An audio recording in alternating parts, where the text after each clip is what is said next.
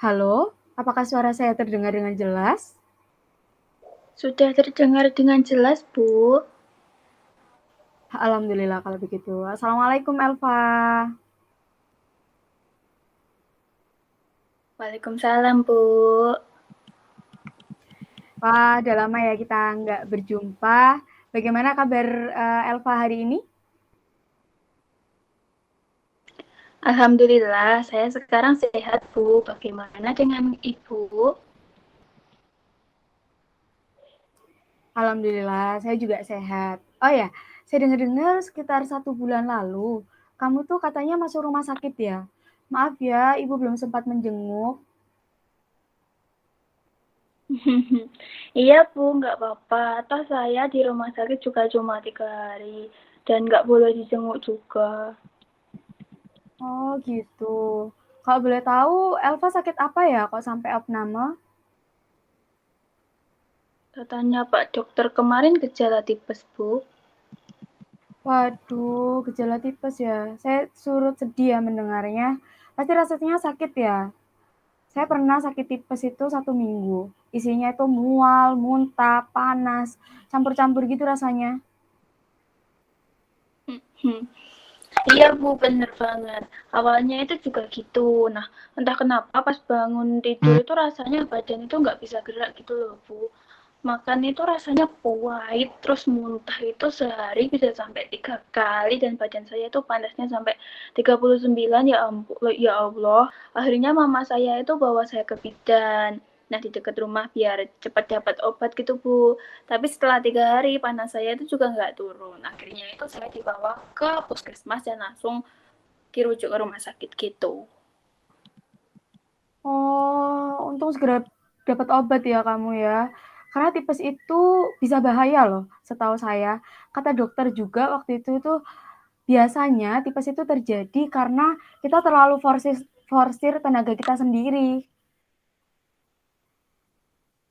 Iya, Bu, bener.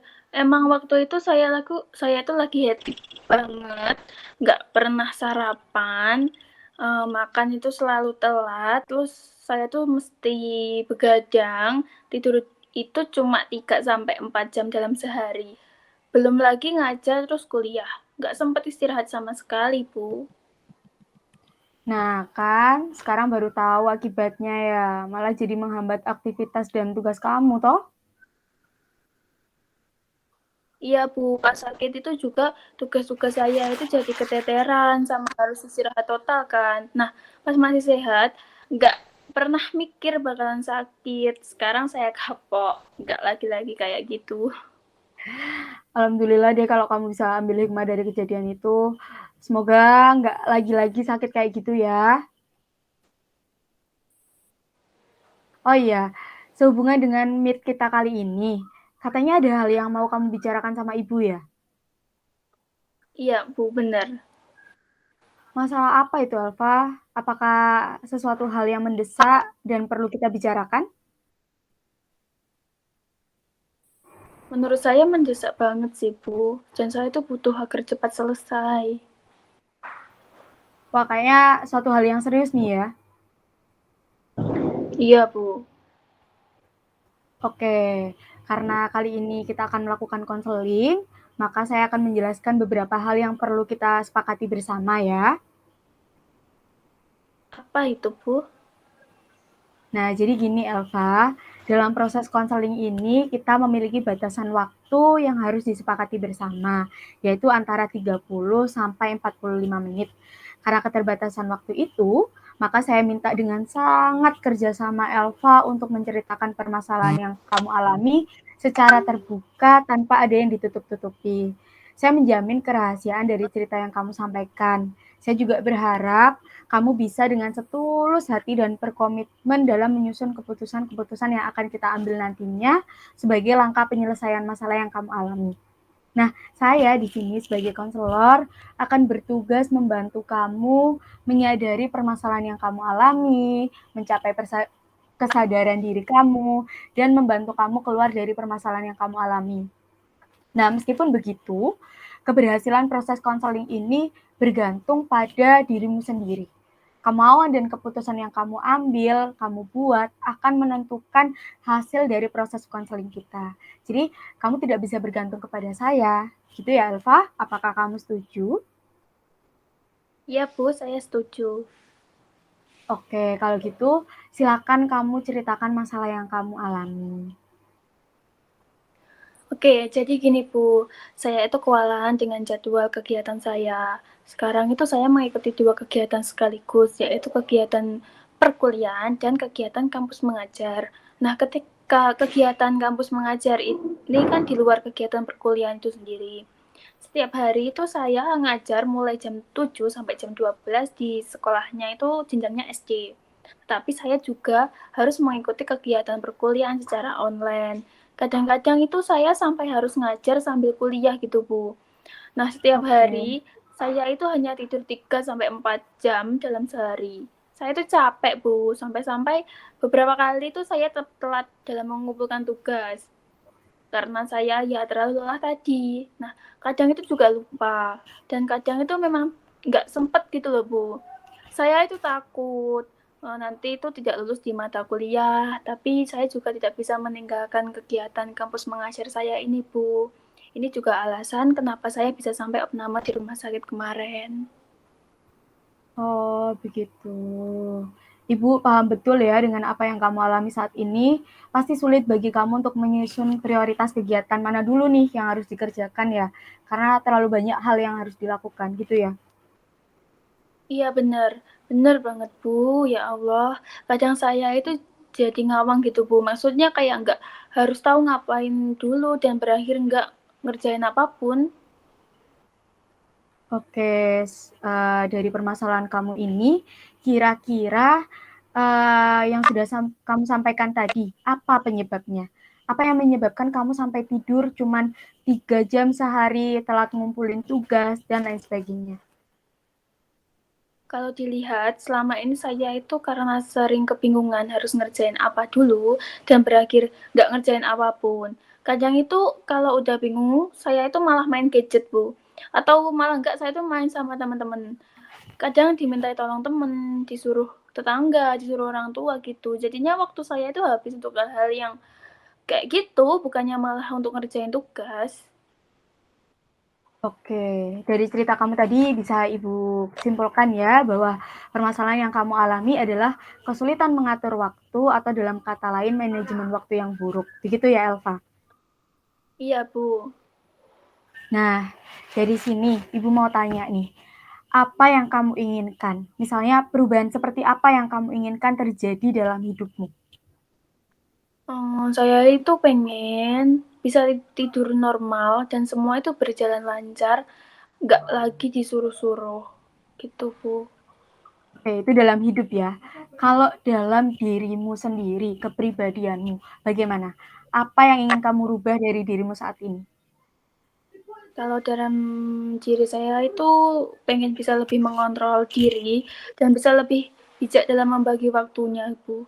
Nggak lagi main HP sampai lupa waktu dan nggak lagi mudah menerima suruhan orang kayak gitu, Bu. Oke, itu tadi keinginan untuk dirimu sendiri. Terus gimana dengan keinginanmu kepada keluargamu? Apakah menurut mereka itu, apakah menurut kamu mereka itu bisa memenuhi keinginanmu tentang perubahan yang kamu inginkan? Enggak sih, Bu. Karena kan mereka juga sibuk sama urusannya sendiri. Dan saya itu nggak bisa nuntut mereka juga. Jadi ya anak paling kecil dan ya selalu disuruh-suruh. Oke, gitu ya berarti. Apakah itu artinya ada yang ingin kamu rubah dari keluargamu?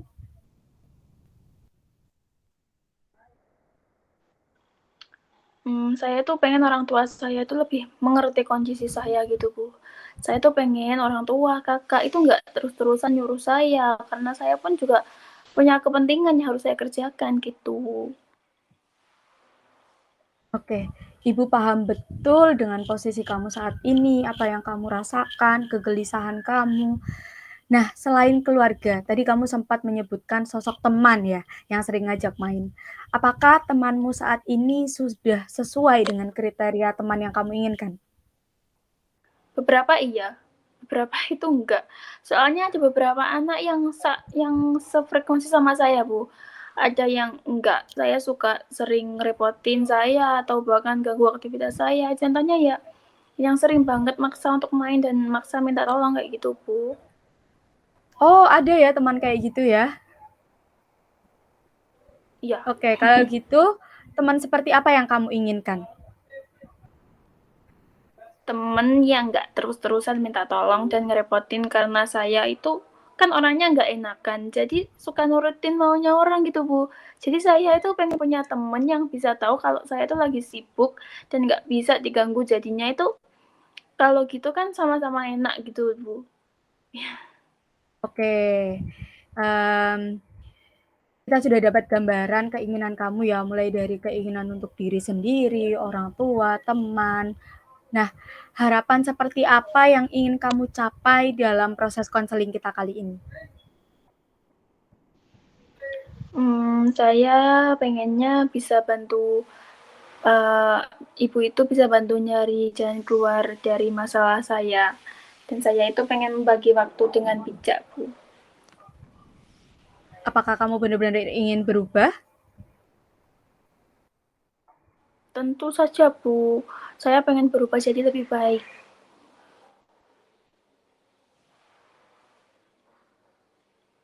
Oke, kalau begitu, good job Elva, kamu punya semangat yang tinggi, kamu menepati kerjasama kita di awal ya.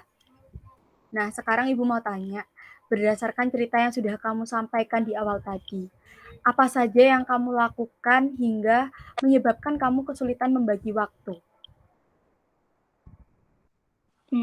Karena jadwal saya itu kan cukup padat ya, Bu. Jadinya itu saya merasa lelah dan lebih banyak istirahat. Saya itu juga lebih sering main gadget dibanding belajar atau mengerjakan tugas. Dan saya itu juga lebih banyak nurutin maunya orang lain dibanding mengutamakan kepentingan saya sendiri. Nah, misalnya ya, Bu, hari ini saya ada tugas yang harus dikumpulin nanti pukul 12 malam misalnya. Tapi saya diminta Hmm. tolong teman untuk ngantor, dia keluar mulai dari nganter dia itu mulai jam 4 sore sampai malam, sedangkan tugas saya itu belum selesai. Karena saya nggak enak mau nolak dan takut dia marah atau membenci saya, akhirnya itu saya mengiyakan tanpa peduli tugas saya itu yang tadi belum selesai.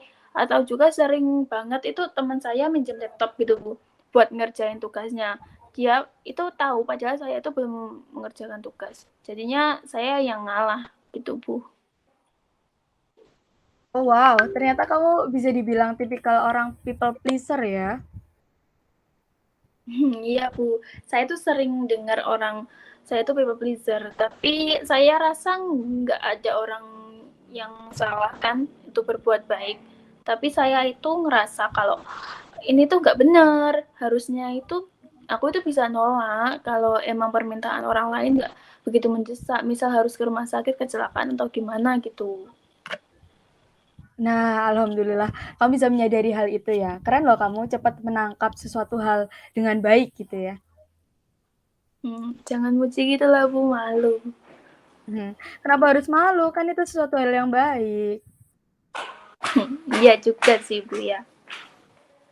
Oke, tadi kamu mengatakan sering main gadget kan ya?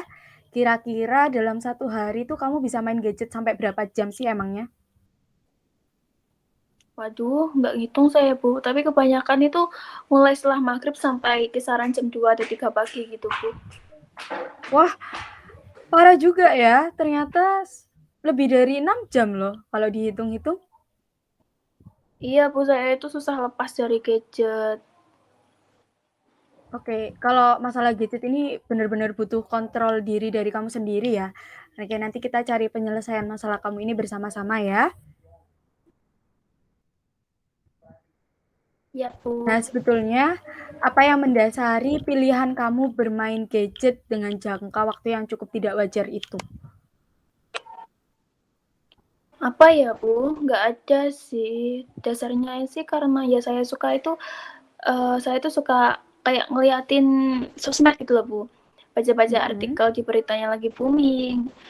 terus liatin foto-foto teman di Instagram, balesin chat WA, nonton YouTube, dan semua itu nggak kerasa.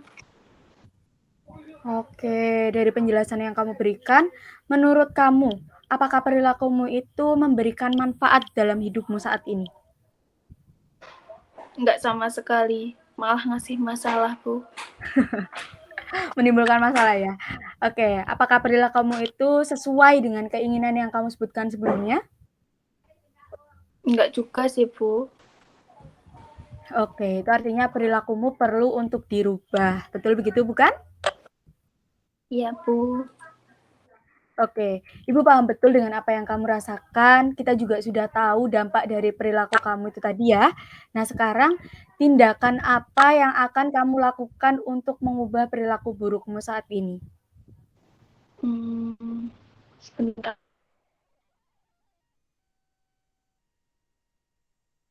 Harus saya pikirkan dulu ya, Bu. Oke, silahkan. Bentar saya pikirkan dulu ya, Bu ya. Saya akan berhenti bermain gadget terlalu lama dan berhenti mengikuti kemauan orang lain apabila itu saya itu sedang ada hal yang lebih penting untuk dikerjakan gitu, Bu.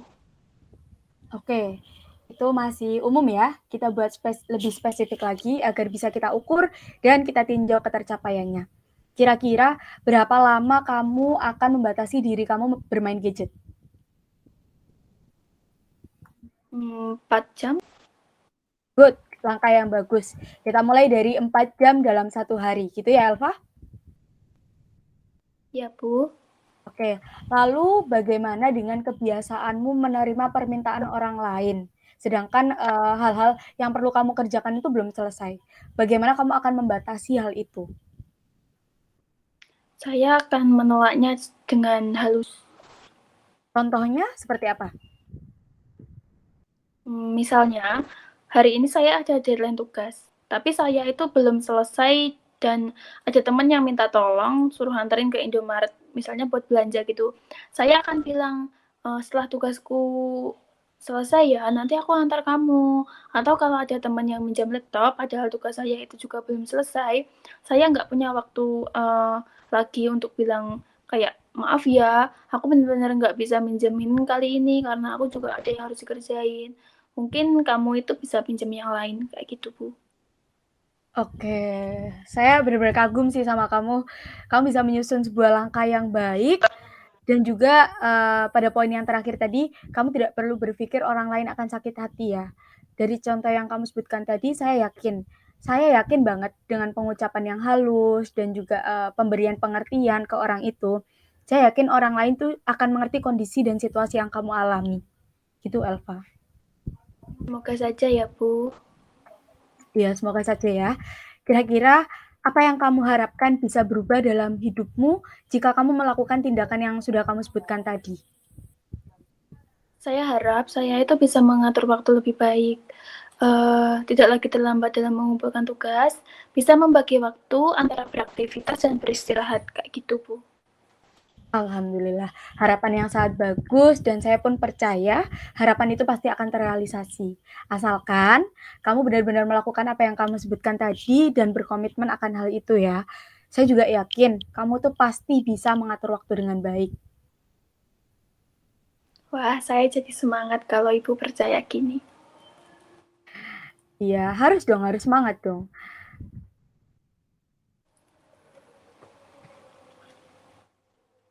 Iya, Kalau Bu. begitu, sebelumnya untuk meninjau komitmen dan ketercapaian tujuan yang sudah kamu susun tadi, saya memiliki sebuah kontrak yang harus kita tanda tangani. Nah, tapi karena saat ini kita hanya bisa bertemu secara daring, maka Ibu minta kamu untuk melakukan kontrak ini secara lisan. Apakah kamu bersedia?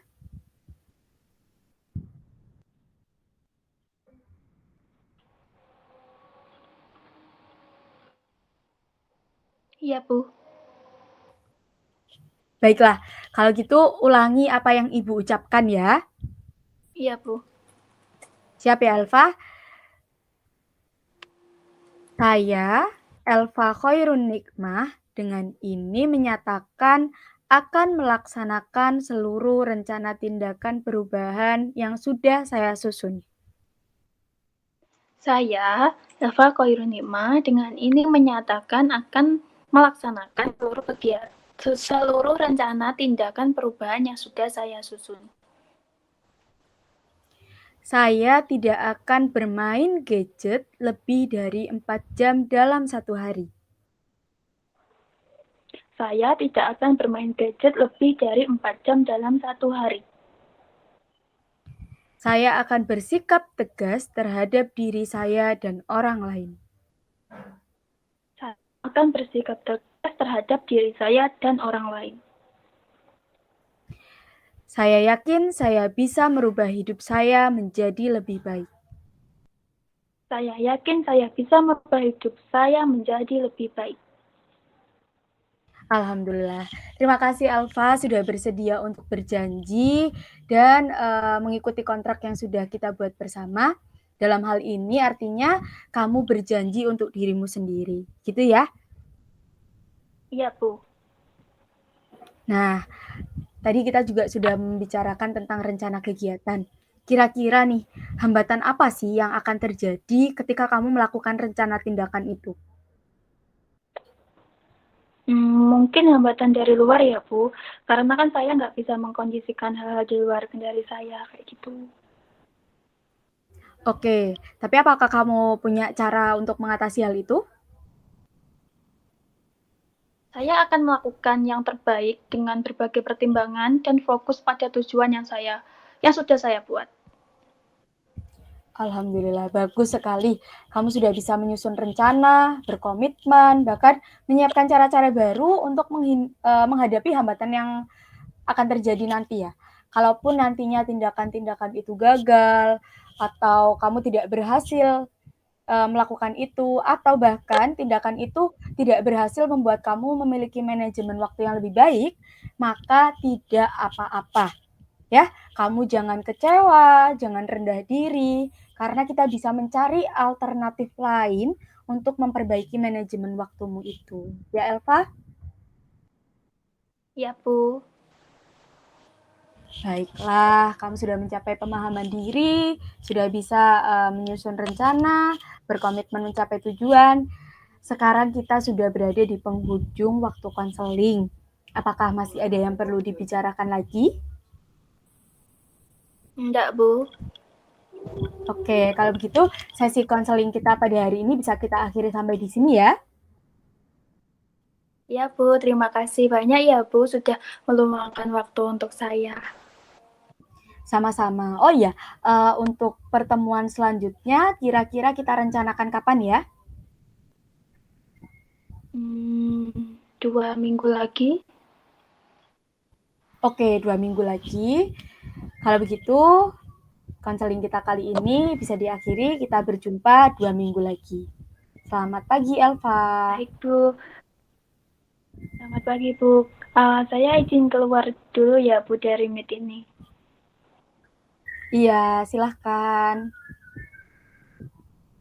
Assalamualaikum, Bu. Waalaikumsalam warahmatullahi wabarakatuh.